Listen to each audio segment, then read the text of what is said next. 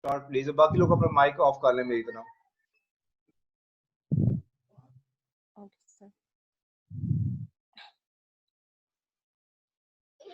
हर बिस्मिल्लाहिर्रहमानिर्रहीम। प्रेजेंटर अपना नाम और रोल नंबर अस्सलाम लाजमी बोले। Okay sir. अस्सलाम वालेकुम class, my name is Anna Mehsan, roll number 218. Today हाँ जी। the topic of our presentation is management structure. First, we discussed about what is structure. हाँ जी। Structures refers to the अपना relationship. Mic off कर दें सब।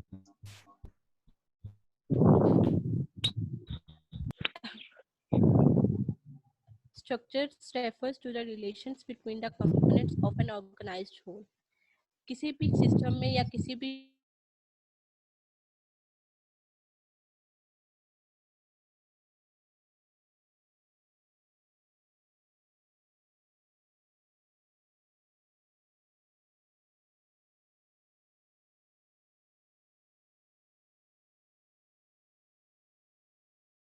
defined objectives is known as management. किसी भी organisation में जो planning, organising, leading and controlling उस ऑर्गेनाइजेशन की तमाम एक्टिविटीज एंड रिसोर्सेज की उसको प्लान करने का, उसको ऑर्गेनाइज करने का, उसको लीड करने का एंड कंट्रोल करने के प्रोसेस को हम मैनेजमेंट कहते हैं। मैनेजमेंट का जो मेन पर्पस होता है वो होता है कि उसके जो प्री डिफाइंड ऑब्जेक्टिव है हम उन्हें अचीव कर सकें। Next one is management structure. A management structure defines how activities such as task allocation, coordination, and supervision are directed toward the achievement of organizational aim. जो मैनेजमेंट स्ट्रक्चर्स होता है ये define करता है कि किसी भी ऑर्गेनाइजेशन में जो एक्टिविटीज हैं जिसमें आ जाती हैं टास्क एलोकेशन। टास्क एलोकेशन का मतलब होता है डिफरेंट टास्क को डिफरेंट एम्प्लॉयज में डिस्ट्रीब्यूट करना, उनकी सलाहियत के मुताबिक उनको काम डिवाइड करना, उनको कोऑर्डिनेट करना, उन्हें सुपरवाइज करना, ताकि वो जो ऑर्गेनाइजेशनल एम है हम उन्हें अचीव कर सकें। इसको हम मैनेजमेंट स्ट्रक्चर कहते हैं। School management arrangement. किसी भी स्कूल की प्रॉपर फंक्शनिंग के लिए उसकी इफेक्टिव मैनेजमेंट टीम होना बहुत ज़रूरी है। अगर उसमें इफेक्टिव मैनेजमेंट होगी तो वो स्कूल प्रॉपरली रन कर सकेगा। The management play a vital role in carrying out the various important activities of school. A mutual coordination between the various members of a school management team is must for both short-term and long-term success of the school. जो school management की team होती है उसके जो members होते हैं उनके दरमियान जब म्यूचुअल कोऑर्डिनेशन अच्छी होती है तो उसकी स्कूल की प्रॉपर फंक्शनिंग अच्छी होती है। जितनी स्कूल की मैनेजमेंट टीम की अरेंजमेंट अच्छी होगी उतनी स्कूल की फंक्शनिंग अच्छी होगी। तो किसी भी स्कूल की प्रॉपर सॉरी किसी भी स्कूल की मतलब प्रॉपर फंक्शनिंग के लिए उसकी मैनेजमेंट टीम में म्यूचुअल कोऑर्डिनेशन होना बहुत ज़रूरी है ताकि वो स्कूल के short term and long term objectives को सक्सेसफुली अटेन कर सके। Now we will see the members present in a hierarchy of school management. School management hierarchy में जो सबसे हाईएस्ट पोजीशन पे होता है वो होता है dean of the school. Dean of the school के बाद आता है deputy dean of the school, then head of the department. उसके नीचे तीन डीन होते हैं, मेंबर्स होते हैं। फर्स्ट होता है home room teachers, subject teacher and administration staff. Now we will see each of them in detail. First one is dean of the school. Dean of the school is the highest position in management hierarchy. जो dean होता है ये सबसे highest position पे होता है management hierarchy में। Dean की सबसे ज़्यादा बड़ी रिस्पॉन्सिबिलिटी होती है कि ये ओवरसीज करता है कि स्कूल में जितने भी academic and non academic issues है उनको ओवरसीज करता है।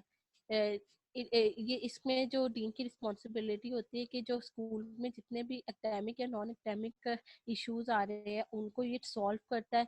उनको मतलब अगर उसमें कोई इशू आ रहा है तो उसके लिए एक प्रिपेयर करता है इफेक्टिव स्ट्रेटजीज ताकि हम लोग उसको प्रॉब्लम को ओवरकम कर सकें और स्कूल की एफिशिएंसी को मैक्सिमाइज कर सकें।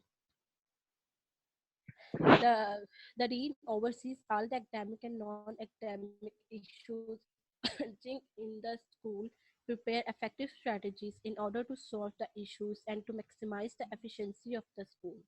The dean communicates with the directors, all the teachers, non-teaching staff, parent.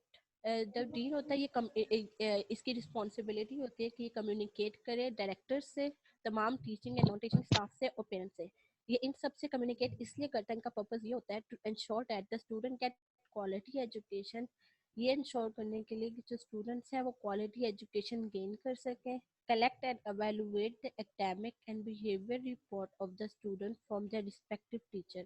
और जो स्टूडेंट्स की जो एकेडमिक और बिहेवियर रिपोर्ट्स है उसको टीचर्स या उनके पेरेंट्स से कलेक्ट और एवेल्यूएट कर सके। Next one is deputy dean of the school. ये हीरा प्रेजेंट करेगी। हीरा। Assalamu alaikum class. My name is Hira Sahar and my roll number is 225. Topic है Deputy Dean of the School. Deputy Dean of the School में the Deputy Dean of is the next top position in a school management hierarchy. Deputy Dean of the School में जो उसकी responsibilities होती हैं वो ये होती हैं, first coordinating the admission process, मतलब जो भी स्कूल में एडमिशंस प्रोसेस होते हैं उनको कोऑर्डिनेट करना। उसके बाद holding meeting with the school staff to formulate any type of improvement in the educational progress. School के तमाम स्टाफ्स को उनके साथ मीटिंग होल्ड करना और उनको एजुकेशनल प्रोग्राम्स जो हैं उनसे रिलेटेड जो भी परफॉर्मेंस है इम्प्रूवमेंट्स के लिए जो भी इम्प्रूवमेंट्स हैं उनके लिए एक मीटिंग होल्ड करना, developing and monitoring the annual budgets. उसके बाद deputy dean of the school develop करता है एनुअल जो बजट होता है उसको डेवलप करता है, फिर उसके बाद उसको मॉनिटर करता है। अनम। Then head of the department. Head of the department क्या होता है? Deputy dean of the school के बाद हेड ऑफ द डिपार्टमेंट होता है जिसमें वो सर्व होता है एज अ लीडर और the management of the group of the. अस्सलाम वालेकुम हिरा, मैं सदीका हूँ और मैंने ज्वाइन कर लिया। जी अच्छा सदीक। उसके बाद हेड ऑफ द डिपार्टमेंट होता है जिसपे वो सर्व करता है as a leader. For example हमारे जैसे डिपार्टमेंट के एचओडी हैं डॉक्टर उजैर, वो उनके हॉल में तमाम स्टाफ है, वो एक एज अ लीडर जो मैनेज करते हैं। उसके बाद serve as a leader the managers of the groups of teachers belonging to the department. They provide the required support to the teachers. वो टीचर्स को सपोर्ट रिक्वायर करते हैं जो हेड ऑफ द डिपार्टमेंट होता है इन properly accomplish all the important academic and general task. Means उनको provide करते हैं कि कौन कौन से इम्पोर्टेंट टास्क और जनरल टास्क होते हैं। ये हेड ऑफ द डिपार्टमेंट जो होता है वो सपोर्ट प्रोवाइड करता है टीचर्स को, जो ओवरऑल तमाम स्टाफ होता है उनके होल्ड में। Then the specific duties of the department heads include, अब जो डिपार्टमेंट ऑफ द हेड होता है उसकी जो स्पेसिफिक जो ड्यूटीज होती हैं उनमें सबसे पहले आ जाती है developing strategies for a positive change और an improvement in the educational curriculum. Means जो उनकी जो सबसे पहली ड्यूटी होती है कि किस तरह जो भी पॉजिटिव चेंज लाया जा सकता है। फॉर एग्जांपल किसी भी डिपार्टमेंट में वो किस तरह स्टाफ को बताते हैं कि किस तरह वो अपने इम्प्रूव करते हैं, एजुकेशनल इम्प्रूवमेंट्स के लिए क्या क्या स्ट्रेटजीज हैं वो यूज कर सकते हैं अपनी एजुकेशनल करिकुलम को इम्प्रूव करने के लिए। Getting involve in the budget planning activities. Then involve होना जो बजट प्लानिंग है, जो भी बजट्स होती है उनकी एक्टिविटीज होती है उनको कैसे प्लान करना है और किस तरह बजट को ओवरऑल प्लान करना है उसमें इन्वॉल्व होते हैं। Reporting the deputy dean at regular interval of the time. Then head of the department होता है वो मुख्तलिफ इंटरवल ऑफ टाइम पे जो डिप्टी डीन होता है उसको रिपोर्ट करता है क्या क्या परफॉर्मेंस है, क्या क्या इम्प्रूवमेंट्स हो रही हैं एजुकेशन में या एजुकेशन करिकुलम में। Then home room teachers. Home room teachers क्या होते हैं? The home room teachers are in charge of guiding a particular class or standard for a specific period of time. Home room teacher क्या होते हैं कि वो एक क्लास को मुख्तलिफ वो गाइड करते हैं कि कैसे वो पर्टिकुलर क्लास को उनके स्टैंडर्ड कर सकते हैं, उनके स्पेसिफिक पीरियड ऑफ टाइम में किस तरह वो गाइड कर सकते हैं। They teach more than one number of subjects. For example कि वो एक कोई टीचर है, वो एक क्लास को डिफरेंट सब्जेक्ट्स पढ़ा रहा हो, ये होम रूम टीचर्स में आ जाते हैं कि वो more than one number of subjects जो होते हैं, एक स्पेसिफिक जो क्लास होती है उनको पढ़ा रहे होते हैं, उनको टीच कर रहे होते हैं। Hello, they undertake the task of. अब क्लास समझ आ रही है? हेलो, जी समझ आ रही है हिरा हमें। अरे चले आप उसके बाद दे अंडरटेक द टास्क ऑफ। जो होम रूम टीचर्स होते हैं उनके अंडरटेक कौन कौन से टास्क होते हैं। सबसे पहले वो जो मुख्तलिफ इवेंट्स होते हैं जो क्लास में in a periodic interval of a time, मतलब डिफरेंट जो टाइम्स होते हैं, जो जो टास्क परफॉर्म करने होते हैं या कोई भी इवेंट्स पढ़ते हैं। Then prepare the grade sheets of the individual students, means कोई भी इंडिविजुअल स्टूडेंट्स है उसकी शीट, जो ग्रेड शीट होती है, उसकी जो परफॉर्मेंस होती है, उसने क्या क्या अचीव किया है, उसकी अचीवमेंट्स होती हैं मुख्तलिफ क्लास में, या उसकी जो एकेडमिक जो परफॉर्मेंस होती है, उनको उनके लिए शीट को प्रिपेयर करना। Develop the quarterly and annual report card of the student, means उनके मंथली और जो एनुअल रिपोर्ट कार्ड्स हैं उसको डेवलप करना। Communicate with the parents regarding the development in the students की परफॉर्मेंस के लिए, उनको उनकी डेवलपमेंट के लिए टीचर्स जो होते हैं वो होम रूम टीचर जो होता है, रूम टीचर होता है, वो पेरेंट्स से क्या करता है, कम्युनिकेट करता है। देन सब्जेक्ट टीचर क्या होता है। फॉर एग्जाम्पल कि एक टीचर है, उनका कोई सब्जेक्ट है इंग्लिश, तो वो किस तरह वो एक सब्जेक्ट टीचर वो डिफरेंट क्लासेस में अपना पर्टिकुलर जो सब्जेक्ट्स होता है वो टीच करता है। The subject teachers teach a particular subject to a different classes. They communicate with the home room teachers at regular, means जो सब्जेक्ट टीचर होता है वो जो होम रूम टीचर्स होते हैं, जो स्पेसिफिक क्लास में पढ़ा रहे होते हैं मुख्तलिफ सब्जेक्ट्स, उनसे डिस्कस करता है, उनसे मेथड्स, उनकी उनकी जो स्ट्रेटजीज होती हैं, जो वो टीचिंग स्ट्रेटजीज यूज कर रहे होते हैं, उनको उनको और इम्प्रूव करने के लिए जो सब्जेक्ट टीचर्स होता है वो उनसे कम्युनिकेट करता है। Then the last is administration staff जो होता है ये मैनेजमेंट हायरार्की में आ जाता है, जो जिसके पास जो नॉन टीचिंग ड्यूटीज होती हैं, मींस फॉर एग्जांपल कोई भी क्लर्क ऑफिस में जो भी स्टूडेंट की परफॉर्मेंस रिलेटेड या उनकी शीट्स वगैरह से बनाने से रिलेटेड जो भी काम होता है वो एडमिनिस्ट्रेशन स्टाफ के पास होता है।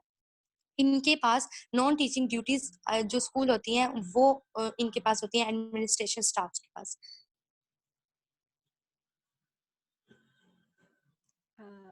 अब नेक्स्ट टॉपिक है कलेक्टिव रिस्पॉन्सिबिलिटीज, ये अदील प्रेजेंट करेंगे। Assalamualaikum class, my name is Adil and roll number 213. Collective responsibilities. Collective responsibilities refers to responsibilities of organization, groups or and societies by which individuals who are part of such collective to be responsible for other people's action. मतलब collective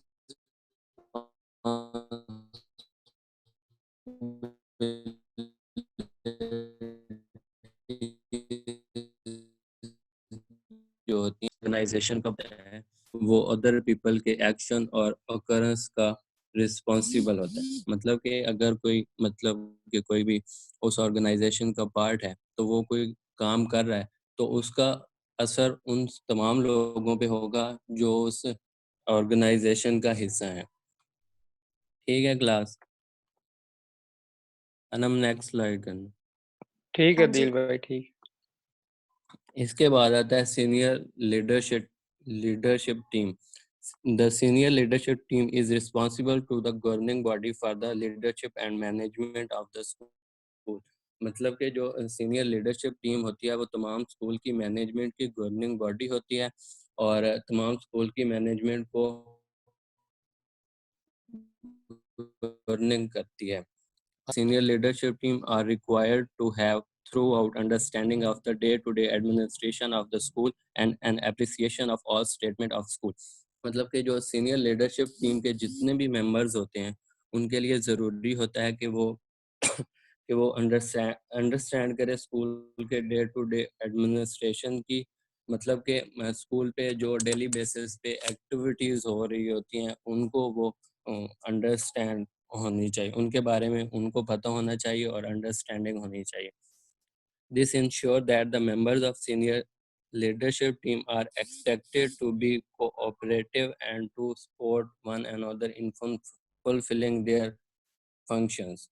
मतलब कि अब जो senior leadership team के जितने भी members होते हैं उनसे ये एक्सपेक्ट किया जाता है कि वो एक दूसरे के साथ कोऑपरेट करेंगे और उनकी जितने भी एक्टिविटीज़ हैं उनको सपोर्ट करेंगे ताकि स्कूल के जितने भी फंक्शंस होते हैं उनको फुलफिल कर सकें.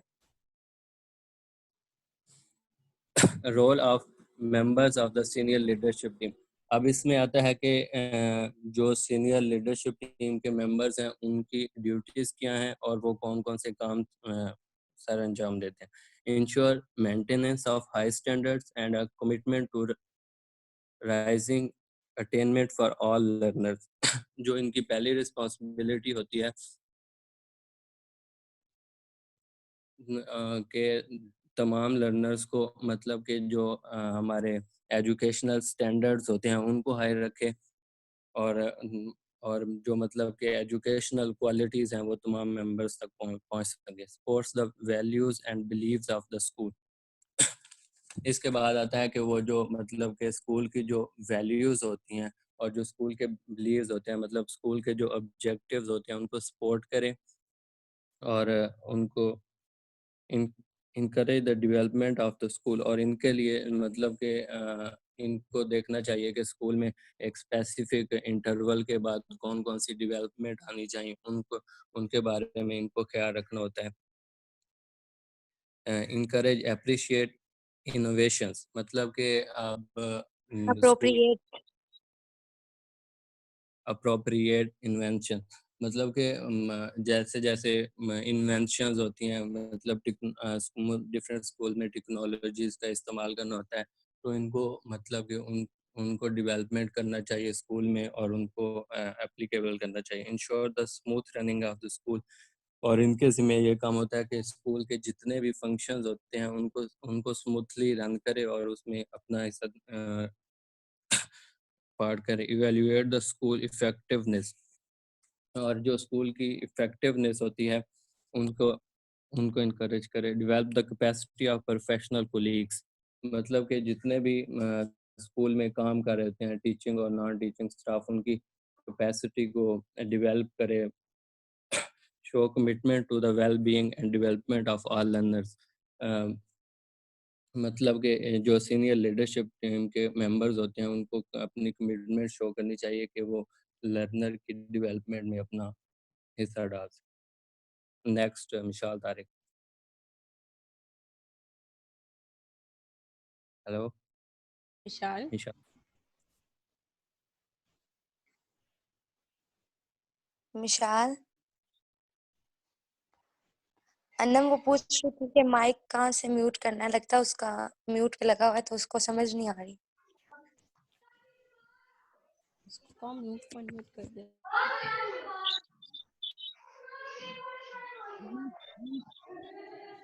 विशाल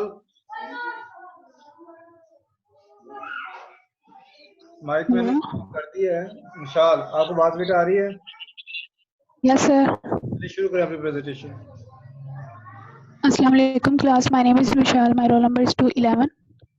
Appraisal criteria is a process of determining which records are to be obtained as archives and which will be destroyed. Appraisal एक ऐसा process है जिसमें हम determine करते हैं कि कौन से records permanent store करने होते हैं और कौन से records इन्हें हमने destroy करना होता है. आर्चिव ऐसे रिकॉर्ड्स होते हैं जिनको हम परमानेंटली स्टोर करते हैं. इसमें कहते हैं कि रिकॉर्ड्स को to appraise records efficiently, it is necessary to understand the social, business and administrative context in which the records were created. कहते हैं कि रिकॉर्ड्स को इफेक्टिवली महफूज करने के लिए हमें पता हो कि रिकॉर्ड्स का सोशल बिजनेस क्या है, उसका एडमिनिस्ट्रेटिव कॉन्टेक्स्ट क्या है, और वो कॉन्टेक्स्ट हम कैसे क्रिएट करते हैं उसकी सिग्निफिकेंट के लिए कि उसको किस तरह से हमने रिकॉर्ड करना है। टेम्परेरी रिकॉर्ड्स हमारे पास जो है वो 2 टाइप्स के होते हैं। उसमें हमारे पास टेम्परेरी रिकॉर्ड्स आ जाते हैं और आर्चिव्स आ जाते हैं। टेम्परेरी रिकॉर्ड्स में be governed bye legislative requirements dictating minimum periods of retention before destruction। इसमें कहते हैं कि हम थोड़े से अरसे के लिए इन्हें बनाते हैं और जब हमारा काम हो जाता है तो हम इनको डिस्ट्रॉय कर देते हैं। ये टेम्परेरी रिकॉर्ड्स होते हैं। Archives are records which are kept permanently because of their continuing values. Temporary records can be destroyed once they no longer have any value in accordance with an approved disposal authority. आर्चिव्स को हम ऐसे records कहते हैं जिसमें लोगों ने उन्हें permanently store करना होता है और उनकी वैल्यू होती है। मतलब कि इन्हें टाइम टू टाइम जो ज़रूरत पड़ती है तो हम इनको स्टोर कर लेते हैं। टेम्परेरी रिकॉर्ड्स जब इनकी वैल्यू ख़त्म हो जाती है तो इन्हें डिस्ट्रॉय कर दिया जाता है। अप्रेजल प्रोसेस नेक्स्ट है ना। Appraisal process the following values should be considered. इसमें फर्स्ट वैल्यू आ जाती है एडमिनिस्ट्रेटिव वैल्यू। इस वैल्यू में हम डिफरेंट वैल्यूज को कंसिडर करते हैं कि उनके रिकॉर्ड्स इसमें आ जाते हैं। एडमिनिस्ट्रेटिव वैल्यू एक ऑर्गेनाइजेशन की जितनी भी एक्टिविटीज और उनके फंक्शंस हैं उनको रिकॉर्ड्स करते हैं जो किसी भी ऑर्गेनाइजेशन के डे टू डे बिजनेस के लिए ज़रूरी होते हैं। इसमें हम एक्टिविटीज और फंक्शंस को एक डॉक्यूमेंट फॉर्म में रिकॉर्ड करते रहते हैं। ये एडमिनिस्ट्रेटिव वैल्यू है। Legal value records which have legal value to individuals, organization or government or which form proof of agreement, contract or lease। इसमें आ जाता है कि ऐसे रिकॉर्ड्स जिनको हम लीगल वैल्यू देते हैं जैसे कि एक इंडिविजुअल के लिए, ऑर्गेनाइजेशन या गवर्नमेंट के लिए, जैसे जो मतलब कि शो करे कि उसका प्रूफ ऑफ एग्रीमेंट क्या है। लीगल वैल्यू से ये पता चलता है कि ये इसकी वैल्यू जो है वो लीगल है। इंडिविजुअल जस्ट लाइक मतलब स्कूल में देखते थे कि टीचर्स का जो कॉन्ट्रैक्ट होता है स्कूल वगैरह में वो आ जाता है। अगर गवर्नमेंट स्कूल की टीचर हो तो उसके एग्रीमेंट्स आ जाते हैं। ये सारी चीज़ें लीगल वैल्यू में आती हैं। Next financial value. Financial value में मनी से रिलेटेड चीज़ें आ जाती हैं। वो फाइनेंशियल वैल्यू कि हमने लोगों को किस तरह से उनकी मनी को ऑब्टेन किस तरह से करना है, उसको एलोकेट किस तरह से करना है, उसको कंट्रोल किस तरह से किया जाता है। ये तमाम चीज़ें फाइनेंशियल वैल्यू में आ जाती हैं। नेक्स्ट है historical value. The research value of an organization records lies in effect that a picture of organization and its activity over time can be drawn from the records which have been kept। इसमें ये होता है कि किसी भी organisation के जो record होते हैं जो कि हमने लोगों के सेव किए होते हैं वो परमानेंटली नहीं होते, पुराने रिकॉर्ड्स होते हैं। उनकी मदद से हम इनको देखते हैं कि टाइम टू टाइम इसमें कितना चेंज आया है उनकी एक्टिविटीज़ में। इसलिए जो पुराने रिकॉर्ड्स हैं उनको महफूज किया जाता है ताकि हम उनको साथ साथ देखते जाएं उनकी हिस्ट्री कि किस तरह से इनमें चेंज आता जा रहा है। ये हम एक हिस्टोरिकल वैल्यू देते हैं। इसका मतलब है कि हमने इन रिकॉर्ड्स की मदद से जितनी भी डेवलपमेंट की है उसका हमें पता चल सके कि क्या क्या चेंजेस जो हैं वो आते जा रहे हैं। Thank you class. Next Fizaan. Assalamu alaikum class. My part of presentation topic is the art of delegation. Delegation is assigning responsibility and authority to someone in order to complete a clearly defined and agreed upon task while you retain ultimate responsibility for its success. Delegation एक ऐसा process है जिसमें हम different peoples को responsibilities और authorities assign करते हैं किसी भी ऑब्जेक्टिव को या जो ऑब्जेक्टिव हमने अचीव करना है उसे कम्प्लीटली और क्लियरली डिफाइन करने के लिए। इसमें जो रिस्पॉन्सिबल है यानी कि जो मैनेजर है वो रिस्पॉन्सिबल होता है उस बंदे की सक्सेस के लिए। Delegation incorporates empowering your teammates through effective leadership and may be directed in any direction and used in any organization. इस डेलीगेशन में जो है ये इनकॉर्पोरेट करती है अपने टीममेट्स को और उन्हें एम्पावर करती है, उन्हें गाइड करती है और उन्हें लीड करती है। हम next one slide please.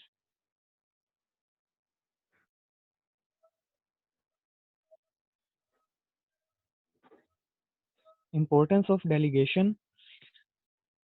First one is effective management. In the delegation process, managers pass routine work to the subordinates, so they are free to concentrate on other important matters. इसमें क्या किया जाता है कि एक मैनेजर जो है वो अपना वर्क अपने से नीचे वाले यानी कि सबऑर्डिनेट्स को पास आउट कर देता है, जिससे क्या हो जाता है कि वो फ्री हो जाता है और अपने दूसरे इंपॉर्टेंट मैटर्स में वो ज़्यादा अच्छी तरह से कंसंट्रेट कर पाता है। Motivation of employees. When the manager shares his responsibilities and authority with the subordinates, it motivates the subordinates as they develop the feeling of belongingness and trust which is shown to them by their superiors. इसमें जब manager responsibilities दूसरे subordinates को share करता है तो वो उन्हें motivate करता है, अपने सबऑर्डिनेट्स को मोटिवेट करता है ताकि वो उनमें फीलिंग डेवलप कर सके कि आप ये काम कर सकते हैं। नेक्स्ट वन स्लाइड है ना। Employees development. As a result of delegation, employees get more opportunities to utilize their talents. It allows them to develop those skills which help them to perform complex tasks. इसमें employees को opportunities दी जाती हैं ताकि वो अपना talent जो है वो utilize कर सकें और ये उन्हें allow करता है कि वो जो उन्हें task दिया गया है उसमें अपनी skills को वो अच्छे तरीके से परफॉर्म कर सकें। Better coordination, responsibility and authority are divided and employees are made answerable for non-completion of tasks, reduce workload for managers. इसमें जो रिस्पॉन्सिबिलिटी अथॉरिटीज़ ने डिवाइड की होती हैं उसमें ना सिर्फ एम्प्लॉयज़ जवाब दे होता है बल्कि पूरे का पूरा जो स्टाफ है वो रिस्पॉन्सिबल होता है उस काम के कंप्लीट होने का। Efficiency. Delegation improves efficiency when it allows work to be transferred to people whose skills are better match for the work. इस डेलीगेशन में ये डेलीगेशन इम्प्रूव करती है एफिशिएंसी को, यानी कि ये जो काम दूसरे रिस्पॉन्सिबिलिटीज़ ने या अथॉरिटीज़ ने जिसे असाइन किया है वो उसकी स्किल्स को देखते हुए उसे वो काम असाइन करेंगे, यानी कि जो काम उसके स्किल से मैच करता होगा उससे रिलेटेड जो है उसे टास्क असाइन किए जाएंगे। है ना। Next slide. Elements of delegation और process of delegation. First one is responsibility, the work assigned to an individual. इसमें जो है जो वर्क असाइन किया जाता है यानी कि रिस्पॉन्सिबिलिटीज़ में तमाम बंदों को या तमाम अथॉरिटीज़ को वर्क असाइन किए जाते हैं। Second one is authority, power to take decision. इसमें डिसीजन लेने की पावर्स होती हैं। To carry on the responsibility, every employee need to have some authority, it must be equal to responsibility. Third one is accountability, being answerable for uncompleted task, final output, it cannot be passed to delegated, it deals with regular feedback. Accountability जो है ये deal करती है जो task हमने आगे provide किए हैं वो आंसरेबल हों, यानी कि आप उसे टर्मिनेट नहीं कर सकते या डेलीगेट नहीं कर सकते और हमें इसका जो है रेगुलर फीडबैक देना होता है। Thank you class. Thank you, class. Any question?